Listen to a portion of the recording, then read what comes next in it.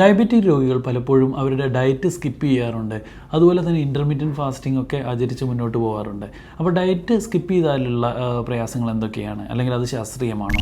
ഒരിക്കലും നമ്മൾ diabetic രോഗികളോട് sugar control ചെയ്യുന്നതിന് വേണ്ടിയിട്ട്, അല്ലെങ്കിൽ തടി കൺട്രോൾ ചെയ്യുന്നതിന് വേണ്ടിയിട്ടായിട്ട് ഡയറ്റ് സ്കിപ്പ് ചെയ്യണം എന്ന് ആവശ്യപ്പെടാറില്ല. എപ്പോഴും നമ്മൾ ശ്രദ്ധിക്കേണ്ട ഒരു കാര്യം, ഏതെങ്കിലും ഒരു ഡയറ്റ്, അത് രാവിലത്തെ പ്രഭാത ഭക്ഷണമാവട്ടെ, ഉച്ചത്തെ ലഞ്ചാവട്ടെ, രാത്രിയിലെ ഡിന്നറാവട്ടെ, സ്കിപ്പ് ചെയ്ത് കളഞ്ഞു കഴിഞ്ഞാൽ എന്താ സംഭവിക്കുകയെന്ന് വെച്ച് കഴിഞ്ഞാൽ ഒരു റീബൗണ്ട് ഈറ്റിംഗ് ടെൻഡൻസി വരും. വളരെയധികം ഷുഗർ പെട്ടെന്ന് താഴ്ന്നു പോകുന്നത് പോലെ തോന്നും. അത് നമ്മുടെ രക്തത്തിൽ മാത്രമല്ല താഴ്ന്നു പോകുക, നമ്മുടെ ബ്രെയിനിലും താഴ്ന്നു പോകും. അതുകൊണ്ട് തന്നെ വിശപ്പ് വല്ലാതെ കൂടിക്കൊണ്ട് പേഷ്യൻ്റ് വലിയ രീതിയിൽ പിന്നീട് റീബൗണ്ട് ഈറ്റ് ചെയ്യുന്ന, അല്ലെങ്കിൽ കൂടുതൽ കാലറി എടുക്കുന്ന രീതിയിലേക്ക് വരും. ഇതിനെക്കാട്ട് എത്രയോ ഇഫക്റ്റീവായിട്ടുള്ള മെത്തേഡാണ് നമ്മളൊരു 3 മീൽ 2 സ്നാക്സ് സ്ട്രാറ്റജി. അതായത് 3 തവണ, രാവിലെയും ഉച്ചയ്ക്കും വൈകുന്നേരവും ചെറിയ കാലറിയിലുള്ള മീൽ ഉൾപ്പെടുത്തി വിശപ്പ് വരാതിരിക്കാനായി ഉച്ചയ്ക്ക് ഒരു 11-12 മണിയാകുമ്പം ഒരു ചെറിയ രീതിയിലുള്ള ഒരു ലോ കാലറി, അര ഗ്ലാസ് പാല് അല്ലെങ്കിൽ അര ആപ്പിൾ, ആ രീതിയിലുള്ള ഡയറ്റ് ഉൾപ്പെടുത്തുക. ഇതുപോലുള്ളൊരു സ്നാക്ക് വൈകുന്നേരവും ഒരു 4-5 മണിയാകുമ്പോൾ ഉൾപ്പെടുത്തുക. അപ്പോൾ കാര്യമായൊരു വിശപ്പ് ഇല്ലാതെ തന്നെ നമുക്ക് ഡയറ്റ് കൺട്രോൾ ചെയ്ത് കൊണ്ടുപോകാനായിട്ട് ഇതുകൊണ്ട് സാധിക്കും. അതുകൊണ്ട് പൂർണ്ണമായിട്ട് ഒരു നേരത്തെ ഡയറ്റ് സ്കിപ്പ് ചെയ്യുക എന്നുള്ളത് ഒരിക്കലും നല്ലൊരു സ്ട്രാറ്റജി അല്ല.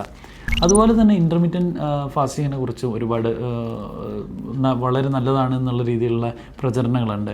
എപ്പോഴും ആളുകൾ മനസ്സിലാക്കേണ്ടതെന്ന് വെച്ചാൽ പലതരത്തിലുള്ള ഇൻ്റർമീഡിയറ്റ് ഫാസ്റ്റിങ്ങുകളുണ്ട്. ഒന്ന് 16:8 hours, അതായത് 16 മണിക്കൂർ കഴിക്കാതിരിക്കുക, 8 മണിക്കൂറിൽ കഴിച്ചു തീർക്കുക ഒരു ദിവസത്തിൽ. അതുപോലെ 5:2 ഡയറ്റ്, അതായത് 5 ദിവസവും നമ്മളെ സാധാരണ രീതിയിലുള്ള ഡയറ്റ് എടുത്തിട്ട് 2 ദിവസത്തിൽ ഹൈപ്പോ കാലറിക് ഡയറ്റ്, അതായത് വളരെ റെസ്ട്രിക്റ്റ് ചെയ്തിട്ട് ഡയറ്റ് എടുക്കുക.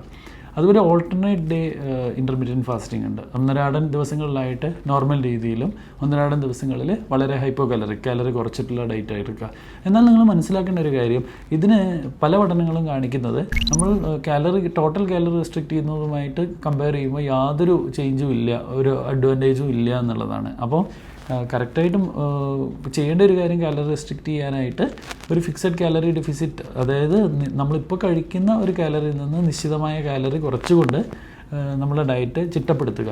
ഒരു കൃത്യമായിട്ടുള്ള ഒരു ഡയബറ്റോളജിസ്റ്റോ എൻഡോക്രൈനോളജിസ്റ്റിൻ്റെയോ കൃത്യമായൊരു ഡയറ്റീഷ്യൻ്റെയോ ഒക്കെ സഹായത്തോടു കൂടി നിങ്ങളുടെ ഡയറ്റ് ക്രമപ്പെടുത്തുക എന്നുള്ളത് മാത്രമാണ് വെയിറ്റ് കുറയ്ക്കാനുള്ള ആദ്യ പടി. Thank you. Stay healthy. Follow for more.